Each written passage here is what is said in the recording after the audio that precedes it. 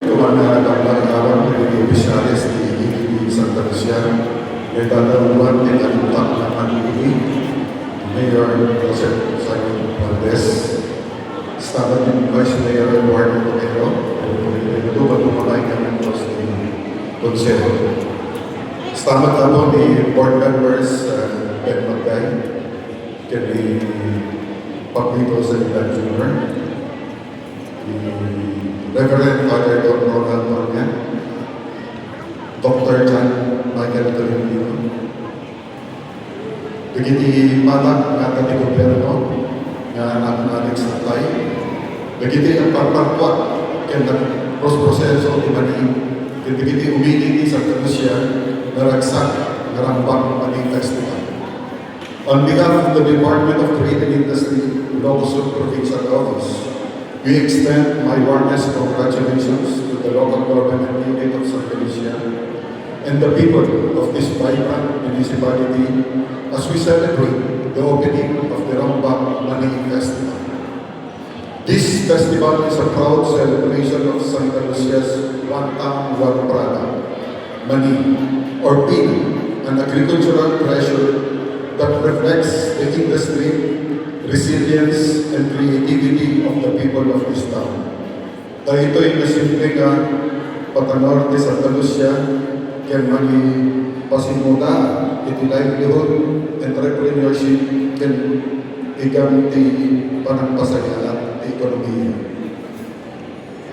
Ibigay ko man abot ti simple amining ti mani, which captures the vision for the development of this industry and market-driven opportunities for farmers and entrepreneurs.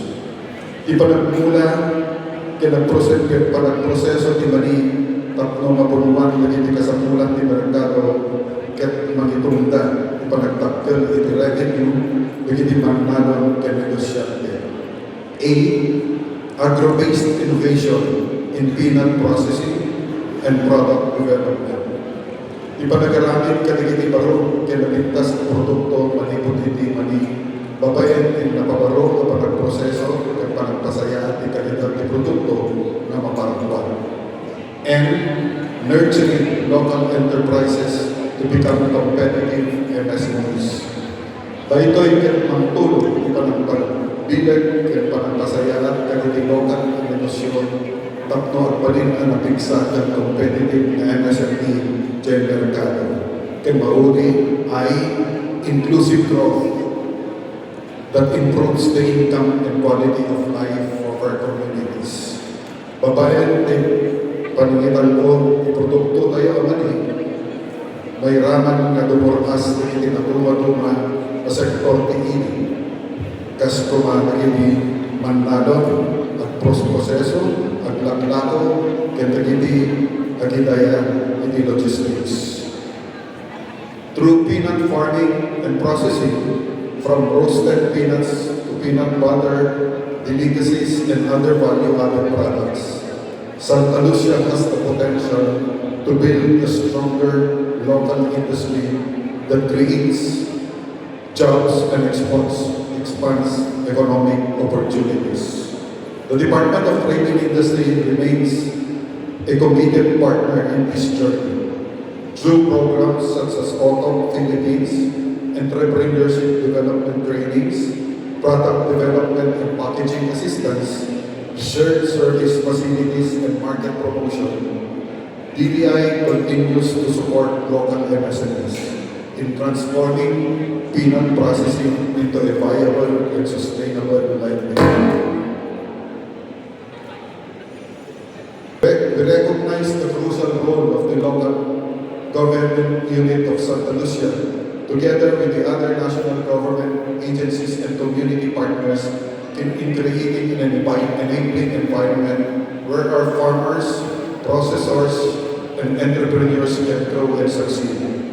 Magtitinulong nagtrabaho iti national government, local government, and iti komunidad, mabalin tayo aluktan economic potential iti industriya at mani ni Santa Lucia.